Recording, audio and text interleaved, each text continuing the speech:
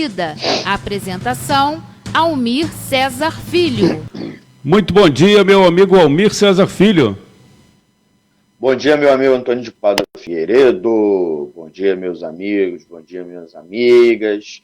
Mais um dia aí na quarentena, passando aí pelo isolamento social. A gente está aqui na linha, tentando atualizá-los dos destaques do noticiário econômico do dia, comentando, né? Convidando vocês a acompanhar não só o Boletim de Censura Livre, mas toda a programação da Web Rádio. E peço aí quem estiver nos acompanhando pela live, dar um like, né, um curtir e comentar para a gente aqui no ar, em tempo ainda, comentar, né, poder explicar alguma dúvida. E é claro, Antônio, dúvidas, críticas, sugestões, temos o e-mail, economiafácil@gmail.com e também o WhatsApp da Web Rádio Censura Livre. É com você, Antônio. Almir, você me permite, antes de irmos ao destaque, você poderia, amigo, fazer um rápido comentário aí do pronunciamento do Bolsonaro ontem?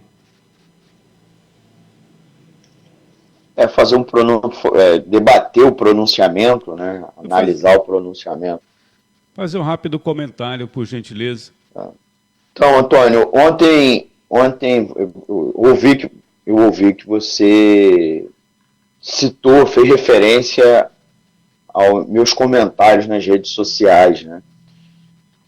Ontem, o pronunciamento em cadeia de rádio e TV do presidente Jair Bolsonaro, como você também botou uma matéria um pouco antes, não preciso aqui explicar o que ele fez, né?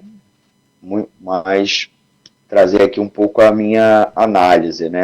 Nós estávamos comentando há alguns dias que é uma pressão de um setor do empresariado, que eu não sei dizer se é a maioria do empresariado nacional, principalmente das grandes empresas, e em particular as empresas na qual seus donos tinham alguma relação com o bolsonarismo, fizeram campanha para Bolsonaro, né?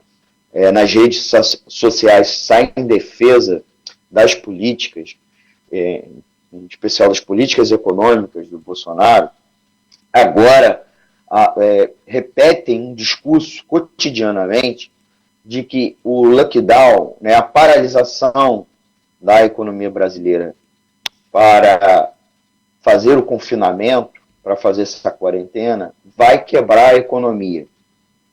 E que a pandemia de coronavírus é muito pouca coisa para paralisar a economia, mesmo que seja durante 2, 3, 4, 5 semanas.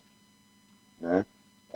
Quase que fazendo eco ao discurso do presidente. Mas o discurso do presidente, portanto, até porque tem um eco que não é de um eco de pessoas doidas, e sim de empresários bem-sucedidos, ou bem ou mal-sucedidos, vamos depois relativizar o que é sucesso, não é um discurso de loucos. Tá? Então eu estou enfatizando isso, que primeiro, a maior parte da opinião pública é a favor da restrição da circulação de pessoas. Né? Todas as pesquisas vêm apontando isso. Inclusive, estou aqui à mão com uma pesquisa, estava lendo aqui antes de entrar no ar, que uma pesquisa do Ibope Inteligência apontou que 9 entre 10 pessoas apoiam a restrição à circulação de pessoas. 9 em 10. Também, segundo esse mesmo estudo, 76 estão economizando, pois creem que quando passar a crise, né, a situação financeira estará pior. Então, há uma percepção por parte de boa parte das pessoas, inclusive pessoas que votaram em Bolsonaro, pessoas que até poucas semanas atrás defendiam o Bolsonaro, e inclusive porque votaram nele, porque tinham empatia com as demais medidas que ele adota, nesse momento não concordam com a posição dele de liberar a circulação de pessoas. E o Bolsonaro o faz, inclusive, diminuindo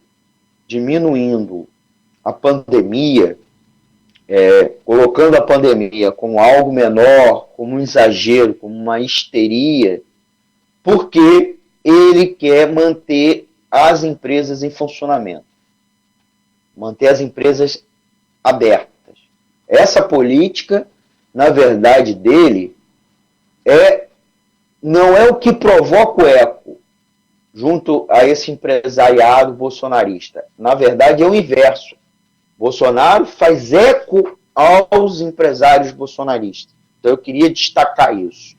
E um outro aspecto, não é loucura, não é psicose, não é um psicótico, ele não é um sociopata ou um psicopata.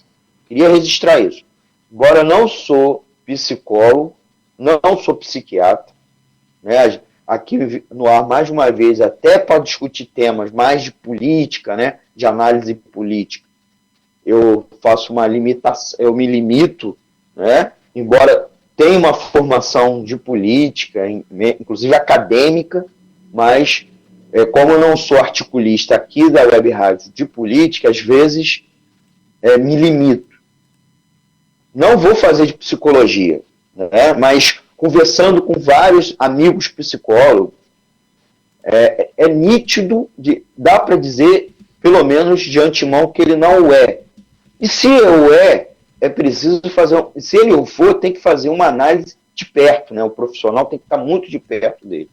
Agora, há uma estratégia lógica, certo? Coisa que uma pessoa surtada não estaria fazendo, certo? Tá? Há um encadeamento lógico no raciocínio do Bolsonaro. Então, quando o Bolsonaro procura diminuir as consequências da pandemia, do ponto de vista, as consequências de saúde, as consequências sanitárias da pandemia, quando ele coloca que as medidas de circulação de pessoas são desnecessárias do ponto de vista de saúde, é porque ele está defendendo a ferro e fogo a lógica das empresas em funcionamento, empresas abertas. É isso que ele defende. Então, queria registrar isso, tentar explicar. Embora ontem eu fiz uma entre aspas, fala, né, porque eu escrevi, né, nas redes sociais com mais contundência, né, Antônio? Eu queria colocar aqui, talvez, já serve para tentar dialogar com as pessoas que nos ouvem, né? Eu queria reforçar, Antônio, também, já que você me deu essa liberdade, que esse plano Bolsonaro de empresas abertas não salvará a economia. Tá? Se a lógica é uma lógica de que a crise econômica que vai advir pós a pandemia é pior, tem efeitos sociais, humanitários maiores que as mortes e as lesões no corpo, né, provocadas pelo coronavírus, eu sinto dizer para vocês que o fim da circulação de pessoas de maneira precoce, antes do que os médicos recomendam e os profissionais de saúde recomendam, também não vai salvar a economia. Bolsonaro está fazendo um cálculo político que leva em conta, inclusive, não está levando em consideração isso. O que ele quer é preservar o lucro dos donos das grandes empresas e bancos, mesmo que isso custe os empregos, renda e até a vida das pessoas. Tá? Então, o que ele está fazendo, mesmo nessa lógica, que é um cálculo, é calculado, o cálculo político não é a vida das pessoas. Tá? O denominador do cálculo não é a vida das pessoas. Então, Bolsonaro não é um piromaníaco, não é um louco de manter tudo funcionando, custe o que custar. Tá? As falas dele sobre histeria, né, que nega o bom senso, na verdade, não é loucura, é um cálculo. E aí, o que leva em consideração, prosseguindo um pouco mais, me alongando, tá, Antônio? O cálculo que ele leva em consideração é que ele pode se utilizar nesse momento, tá? E mesmo posteriormente, se advir uma grande catástrofe humanitária diretamente proporcionada pelo coronavírus, no sentido de mortes pela doença, só de mortes pela doença, é que ele vai utilizar o discurso que não é culpa dele. Então, se ele quer encerrar a quarentena de maneira precoce, porque ele pode dizer assim, ó, as mortes pela pandemia são culpa do PT, porque o PT deixou precário o SUS, não investiu em hospitais, ele, como já vem fazendo, ele e o fã-clube dele, tá bom? Ele vai poder dizer que é culpa da China, porque o vírus é vírus chinês, como ele e os filhos vêm repetindo, que é culpa da má sorte, que é culpa das doenças crônicas e pré-existentes das pessoas, tá? Ele não quer, com isso, ele se exime de maneira que a tragédia humanitária é proporcionada pela falha da coordenação política dele como chefe de Estado. E ele sabe disso. Ele está muito mais mirando a crise econômica posterior, que ele teria dificuldade de justificar. Por que isso?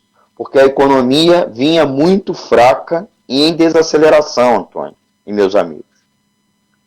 E para mitigar os efeitos na economia e no emprego, provocados pela paralisação da economia, implica agora uma série de medidas anticíclicas, que seria negar em todo ou em alguma parte o que defendem os fundamentalistas ultraliberais da equipe econômica comandada pelo banqueiro Paulo Guedes, gente.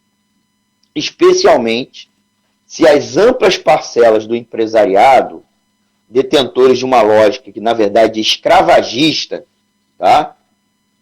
Esse cara do Madeiro, o Roberto Justus, agora parece que o Abílio Diniz também fez um pronunciamento em torno que tem que a economia voltar ao normal, certo?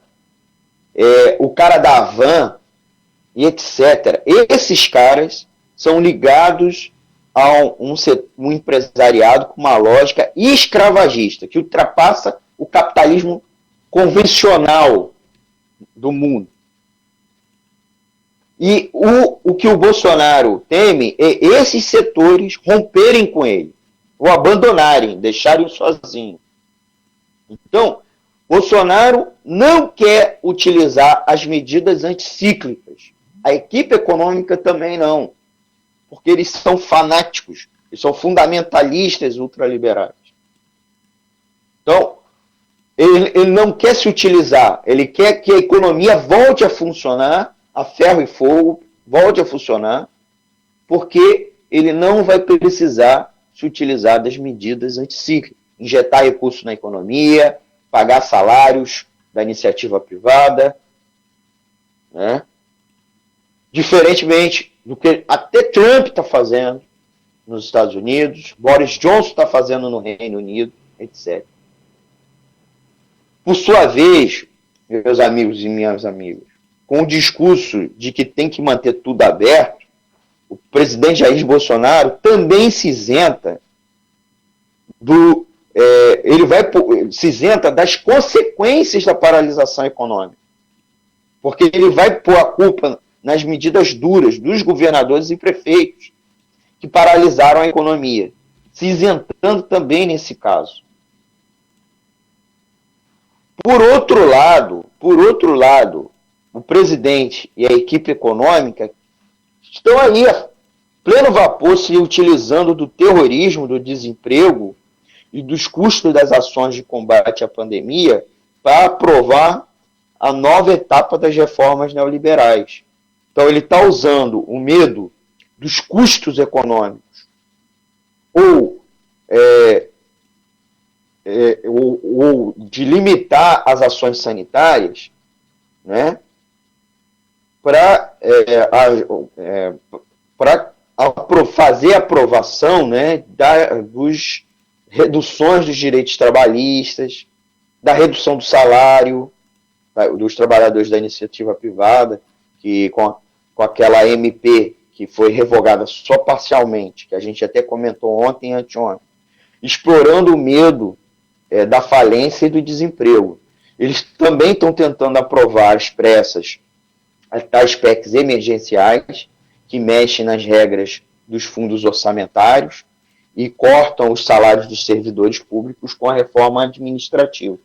Então é curioso que eles também estão se aproveitando disso. Então eles ficam repetindo o discurso: olha, é muito custo, é muito gasto público, para aprovar justamente a retirada dos direitos sociais. Mesmo sabendo que há uma dúzia de outros meios para financiar a elevação dos gastos públicos. Então, eles, inclusive, estão se utilizando da desculpa, né, que se há trabalhadores sem salários, por que os servidores seriam diferentes? Então, se vai ter o discurso do Rodrigo Maia ontem, olha, vai ter, pós a epidemia, vai ter um empobrecimento geral da população. Os servidores públicos têm que dar sua cota. Esquecendo, tá, que o recurso economizado com corte de salário de servidor é muito pequeno para as necessidades de gastos, tanto para o combate à pandemia, quanto para gastos para reativar a economia depois. É muito pequeno. Tem muitos outros meios que você pode injetar recursos na economia, inclusive com mais eficácia em arrecadação. Não se fala em nenhum momento em imposto sobre grandes fortunas, não se fala em nenhum momento em emissão de dinheiro mesmo, emitir dinheiro, não se fala em nenhum momento em suspender o pagamento da dívida pública. Então, tem outros meios mais eficientes. O objetivo, inclusive, não é esse. O objetivo é não se utilizar desses meios e sim arrecadar, sacrificando novamente os servidores. Só que isso tem uma consequência negativa muito grande na economia, porque é ainda mais cortar a demanda agregada. Né? Porque salário de servidores é consumo, é demanda. Então você está cortando demanda no momento na economia e você tem que injetar recursos para gerar demanda. Mas o mais importante, né, eles não querem mexer nos lucros das grandes empresas e banqueiros. Que essas medidas, né, que eu falei, mais eficazes, mais efetivas, eficientes, de financiamento das ações públicas de saúde e de mitigação dos efeitos da pandemia sobre os empregos, resultariam. E, gente, por outro lado, se as mortes vierem poucas, mesmo que em decorrência justamente das medidas de isolamento social decretada pelos governadores e prefeitos, Bolsonaro poderá dizer que tinha razão em atribuir a pandemia a uma gripezinha. Então ele sabe que ele pode ficar repetindo que é uma gripezinha, porque se der certo o que os governadores e prefeitos estão fazendo, ele vai dizer, olha, eu disse. Isso é pós-verdade. É dizer, ajustar um discurso, né, aos fatos, mesmo que os fatos o neguem a princípio. Tá? E assim, por fim, o Bolsonaro sabe também, se emergir um caos gigantesco posteriormente à pandemia, seja pela pilha de mortos, seja pela crise econômica em si, ele pode tentar dispor do uso das Forças Armadas e das parcelas das corporações de segurança que lhe apoiam para fechar o regime. Algo que ele sempre ambicionou. Então o caos é bom para ele. É nessa estratégia que ele e o seu círculo miram, mesmo com o aumento dos panelaços, a queda da popularidade e um franco sentimento até mesmo pró-impeachment, que está rolando nas redes sociais. Por isso que o presidente Jair Bolsonaro dobrou a aposta de novo. Então, eu queria finalizar, Antônio. Jair Bolsonaro não é um bonapartista convencional como nós estávamos acompanhando. Os bonapartistas convencionais vendem ordem e paz social, mesmo que a ferro e fogo, com o uso da violência, do autoritarismo, etc. Nada disso. Bolsonaro precisa do caos. Ele cresce politicamente no caos. Por isso mesmo que eu concluo que o povo precisa derrotar imediatamente o presidente Jair Bolsonaro e toda a equipe dele. Mourão, o Paulo Guedes, o Sérgio Moro, porque eles todos são, no mínimo, coniventes com o que ele está fazendo. E a gente tem que fazer isso em defesa das nossas vidas, dos nossos vizinhos, colegas e entes queridos. E também em defesa dos nossos empregos e salários. Em defesa dos nossos direitos. Antes do pior, porque o pior, justamente para o pior não vir. Certo? Então, isso tudo que eu falei é uma necessidade urgente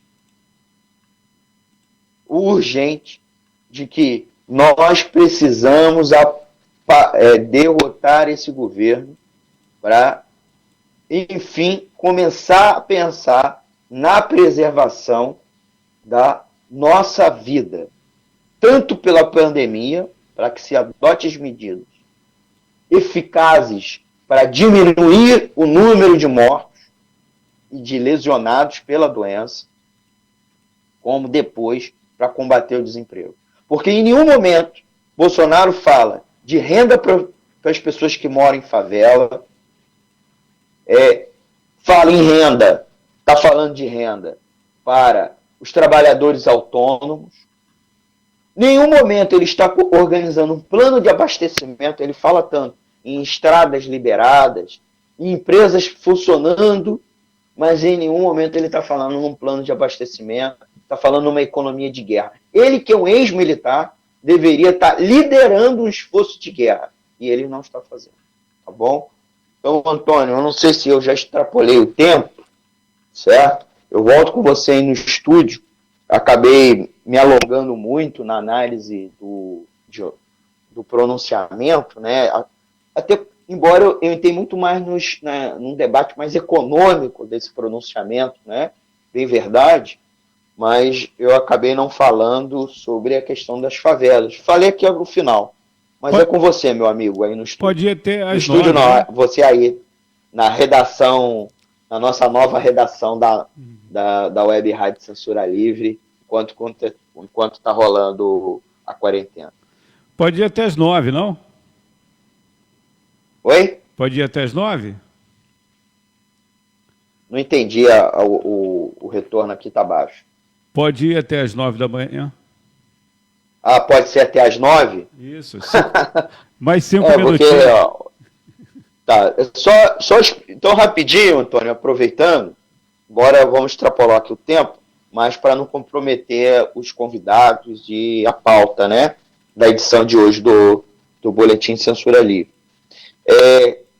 Para avisar os amigos e amigas referente a uma pesquisa, né, comentar uma pesquisa feita pelo Instituto Locomotiva Data Favela, que apontou que 1 em cada 3 moradores não terão como comprar comida dentro de uma semana. E 7 em cada 10 famílias brasileiras que vivem em favelas tiveram a renda reduzida devido à crise causada pela pandemia, né?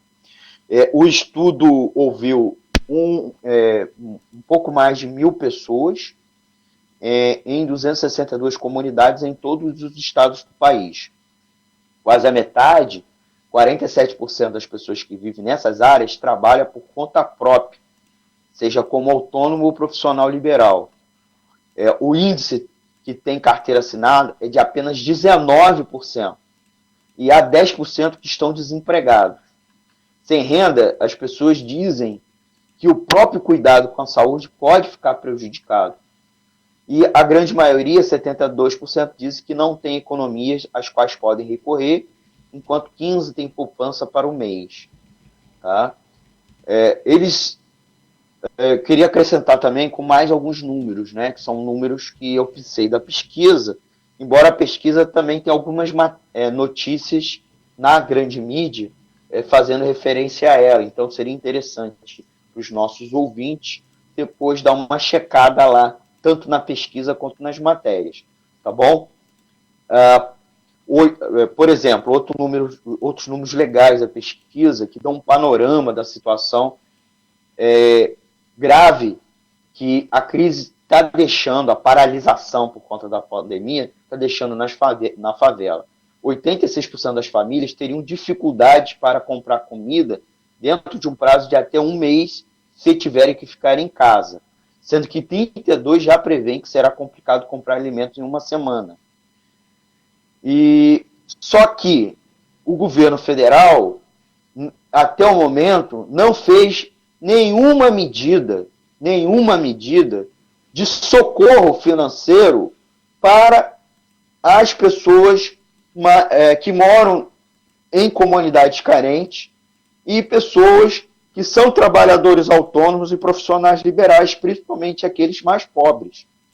Então, o governo está muito mais preocupado em manter as grandes empresas abertas e já injetou mais de R$1 trilhão nos bancos e, por outro lado, chegou a ventilar a ideia de distribuir um cheque, né, um cupom de ajuda de custos às famílias mais pobres, mas até o momento isso ele não fez, tá? Não fez e também não estabeleceu uma rede de abastecimento, até mesmo com entregas de cestas básicas gratuitas para as famílias mais pobres. Então, o governo está muito mais preocupado na saúde das grandes empresas do que na saúde de verdade das famílias mais pobres. Então, finalizando aqui, mostra o quanto a política econômica é muito ruim e a lógica do Bolsonaro é preservar os lucros do Madeiro, tá? Do Girafas, da rede de supermercados Zafari, do Roberto Justus. É essa a lógica do Bolsonaro. Não é pensar nas pessoas, especialmente nas pessoas mais pobres. Antônio, é com você. Almir, essa pergunta aqui do nosso amigo, o jornalista Heitor Fernandes, eu vou deixar anotado aqui para você responder amanhã. Seria o pronúncio de um impeachment ou autogolpe? É a participação aqui do Heitor Fernandes, que daqui a pouco, a partir das 10, tem aqui a sua participação também no Boletim Censura Livre, através do quadro Aulas com Filatelia, versão reduzida. Um bom dia, amigo. Bom dia, Antônio. Bom dia, meus amigos e minhas amigas. A live se encerra agora, mas o programa Boletim Censura Livre continua sendo transmitido pelo site, né, www.clwebradio.com, e pelos aplicativos de rádio online, como o Radiosnet, que é nosso parceiro, ou vocês podem baixar o nosso aplicativo exclusivo lá na Play Store. Antônio, muito obrigado, parabéns pelo programa, e seguimos firme, transmitindo aqui a programação da Web Rádio Censura Livre, informando e entretendo a população na perspectiva dos trabalhadores. A Web Rádio Censura Livre é a voz dos trabalhadores. Tchau, tchau. Um grande abraço. Economia é fácil, versão reduzida. Apresentação: Almir Cesar Filho.